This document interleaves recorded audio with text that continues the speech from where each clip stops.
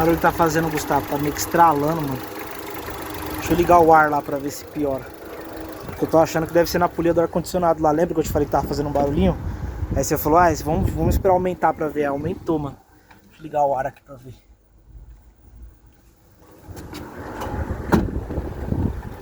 É, agora aumentou mais, mano, com o ar ligado.